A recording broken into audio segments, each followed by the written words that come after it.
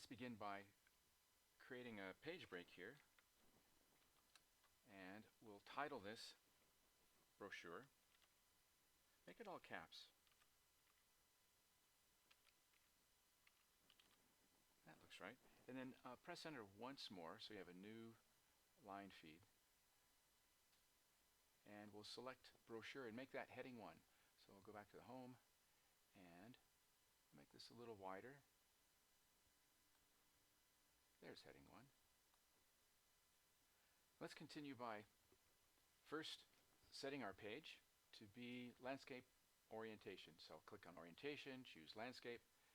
I'll scroll up a little. Yep, it's different. And now, what else did we want? Oh yeah, 3 columns. So let's go to columns.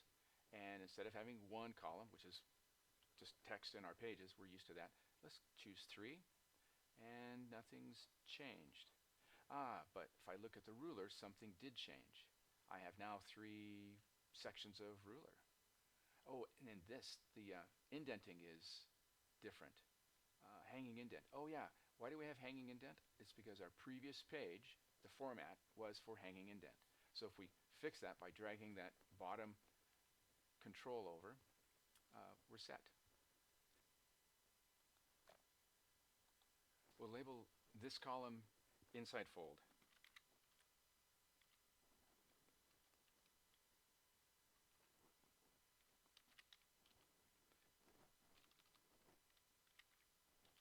Inside fold, and I'll press enter, and how do I get to a new column?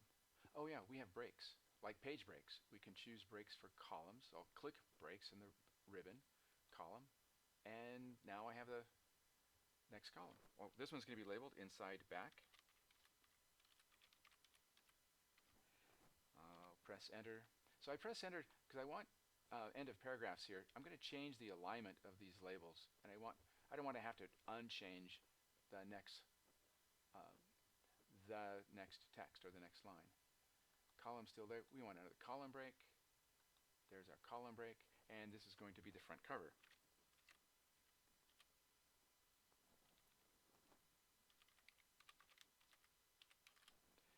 And a couple lines. Now, how do we get to the next page?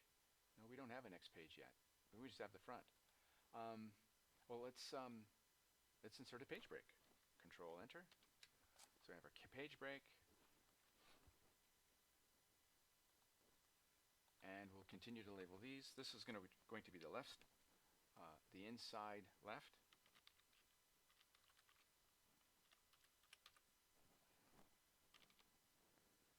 And another column break. So you're starting to get the pattern.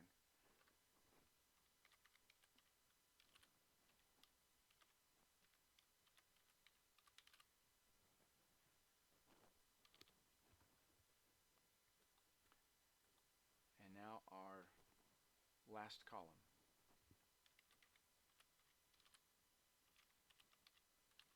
Now our last column is not the back, which is what people would normally think would be the last page. That's up here. But we'll do that later. So now that I'm done creating these, I think I want to end this section so I can continue with my portfolio document later. And to do that, I'm going to add another break, and it is going to be a next page section break.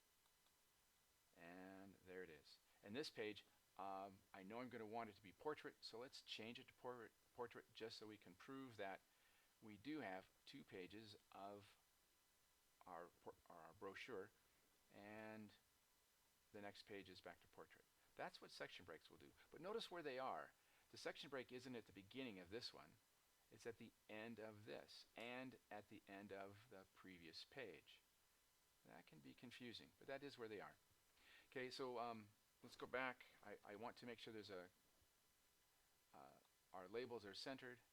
So I will go home and put my insertion point in each of these headings and center them, which is probably good form for when you replace this text with your own text that has to do with whatever the content or the topic of your brochure will be. Okay, so now that is done. We we need to put some text in here so that we can play with it and build what will seem like an actual brochure. But I don't want to type a bunch of stuff or go researching right now. This is only to build a brochure and just look at the tools to do that. So let's use the hack for text. And we're going to use the lorem, hack equals LOREM. In parentheses, we'll do 3, 4. And we should get our 3 paragraphs with at least 4 sentences. And the next one, same thing. Only I'm going to bring it down a little bit.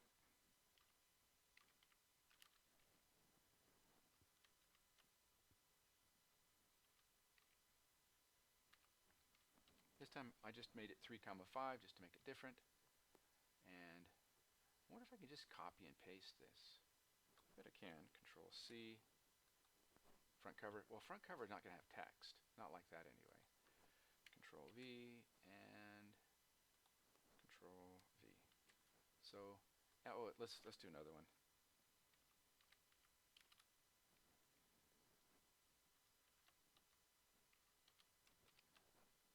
There. Okay.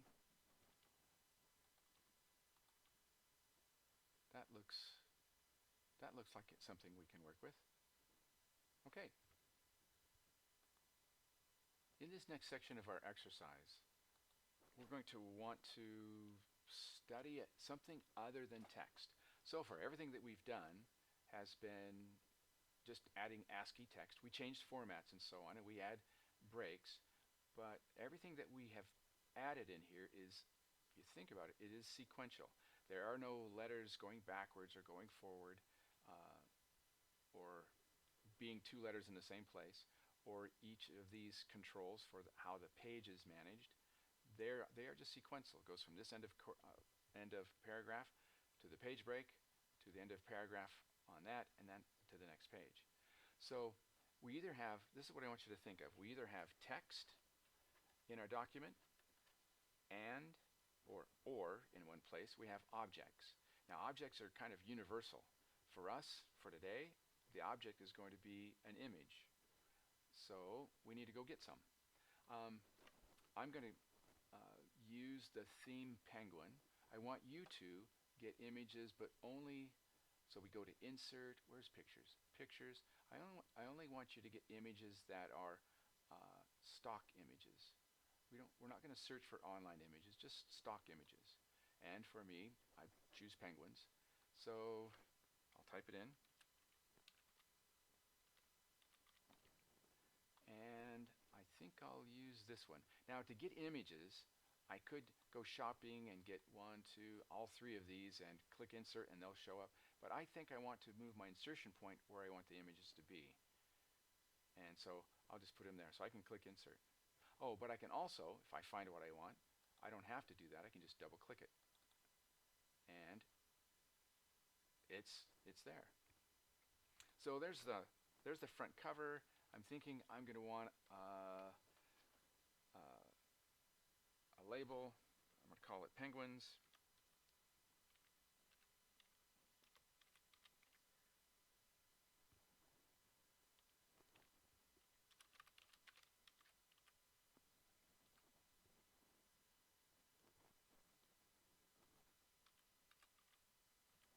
Now, I made this label on purpose. There are, to my knowledge, no penguins in the Arctic. They're in the Antarctic, but that's okay. Now, I'm going to make this larger and no alignment here, so I'll have to use this to center. It's penguins of the Arctic. And there's my picture. And then I'll go to the bottom, and you can add your text. Here's the title, or the rest of the title rather, and this will be centered as well.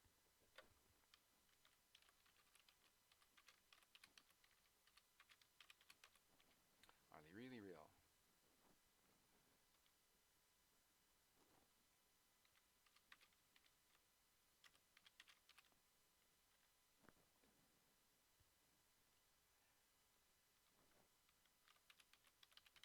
Yeah, I may be sharing this video publicly, so I'm going to just put by Mr. Teacher. That seems to be a good idea. Okay, even though my website has my name. Well, that's enough of that. Let's move on. So I think that's probably all I need for my title. Let's look at see where it lays. That seems to be good enough. Okay, so um, that picture, if I click on it, this is the object. I want you to notice that if I put my insertion point up here, I use the arrow key to step one character at a time. It stepped over that letter C and over the end of paragraph. This is at the beginning of this paragraph, and it treats this object as a character. It fills the whole space. Now, if it didn't fill the whole space, I'm going to press delete, delete. There's my text. If I make my picture smaller, it fills it just like it's a character, just as described. So I'll fill it back up so it looks better, which is, I think, there. I can do Control Z, that'll do it. Okay, so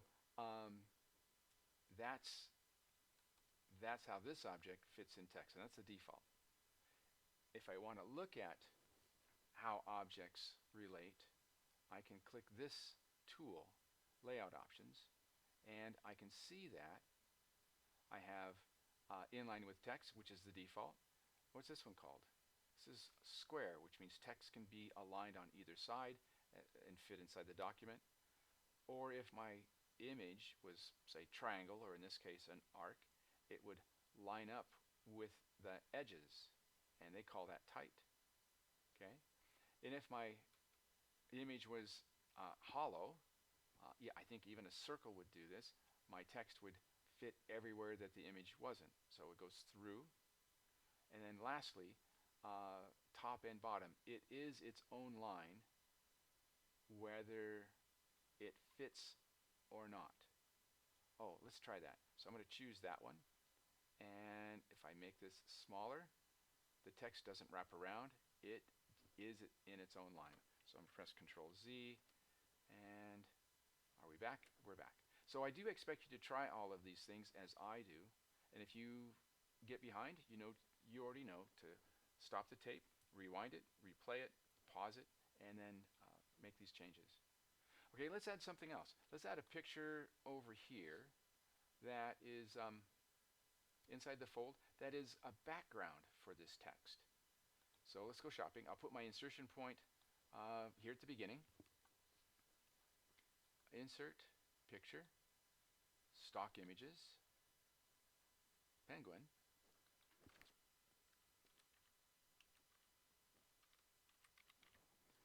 And I think, let's see. I think I'll use this one. So there it is. Now this one, I want to change the image so that it's lighter and behind the text. So let's put it behind the text. I'll click here, and what does this one say? Behind text. See what that looks like. So now text goes there. Something else showed up, and that is this anchor. Well, that anchor actually represents where, since this is behind text, where this is in the document. If we didn't have this anchor, then we wouldn't know if we added words and we wanted this to shift down with our text, if it would do it or not. It actually wouldn't. So I think I'll pull this down a little, make my penguins taller. Now that does distort the picture. In fact, Control Z. Is there a way to make it bigger so it doesn't distort the picture? Oh, if I hold the Shift key, I can enlarge my picture so it doesn't distort the horizontal versus vertical. Okay, so there. Now I have a picture that's behind the text. And I don't think I want it to line up right on the edge, so I can pull this beyond the margins. And this one actually goes to the center of this margin. So I think this is good. Oh, maybe we'll take it up a little. Okay. Now normally we wouldn't have this label here, brochure, but it's necessary. At least I want it here so that we can use use it in our table of contents. Okay. Okay, this page is done. Let's go to the next. Okay, on this page we're going to insert another image. I want it to fit right in here and have the text go around it. So I'm going to put my insertion point at the beginning of that line, and I'll go shopping again. Insert, pictures, stock images, and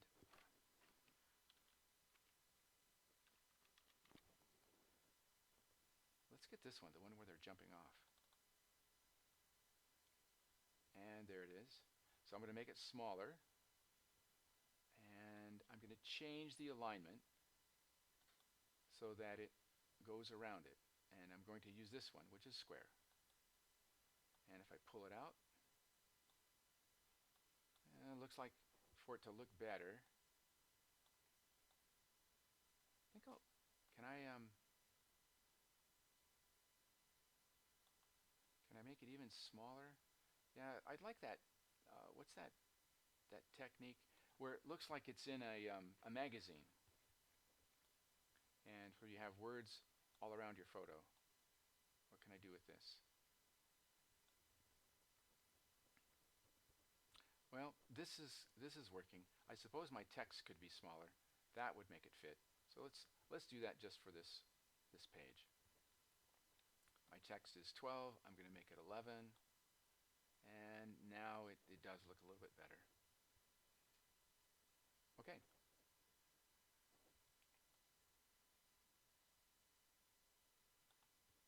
Okay. Let's try something else. I'm going to go up here and add a couple lines to be ready to insert something else. And I'll put my insertion point in front of this sentence or this one. This one's fine. And go get another picture. Insert, pictures, stock images.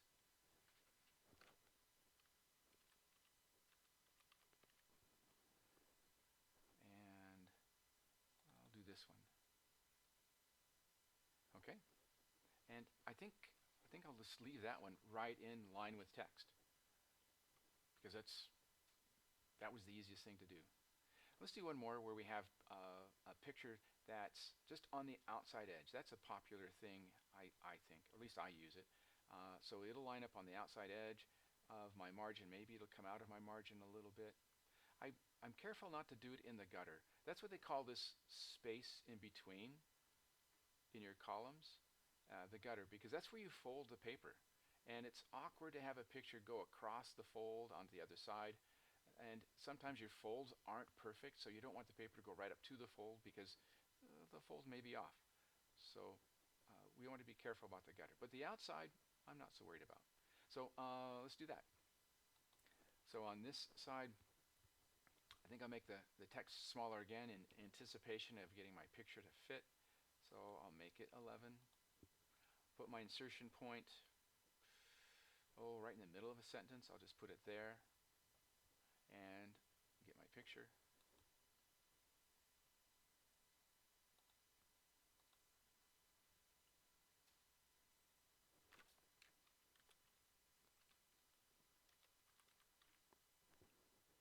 And this looks kind of interesting. Oh, I didn't do the one where we select and click insert.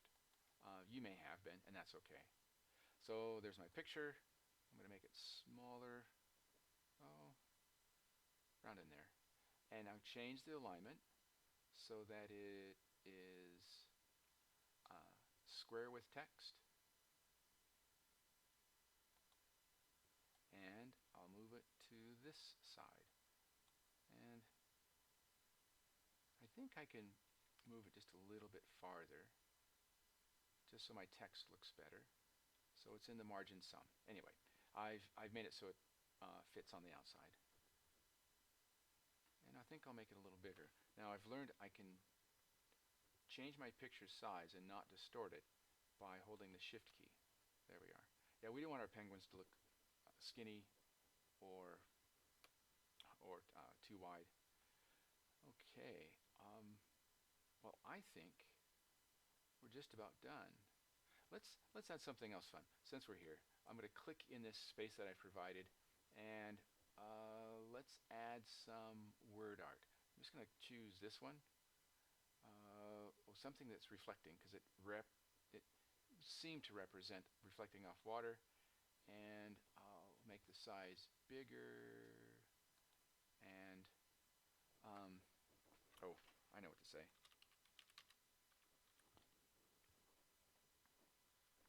Now this time I'm going to do a shift enter.